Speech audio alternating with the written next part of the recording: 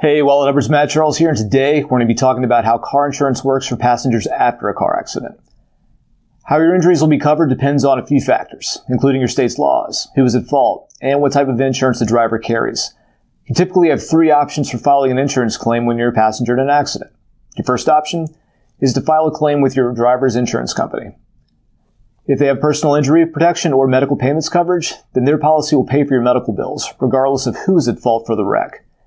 If they don't have either, you would need to file a bodily injury claim with their liability coverage. However, you can only do this if they are at fault for the accident and you are not a member of their household.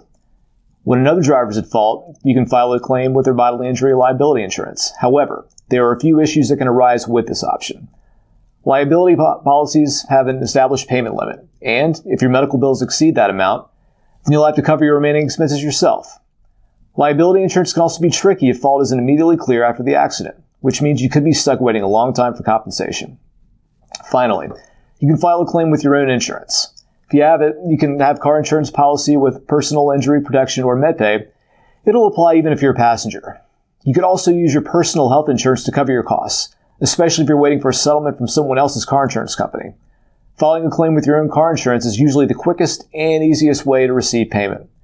As a result, it's generally a good idea to purchase a policy that includes PIP or MedPay, even if your state doesn't require you to have either. If you're ready to get a personal car insurance policy, we can help you get started. To check out Wallet Hub's rankings for the cheapest car insurance companies, just click the button here.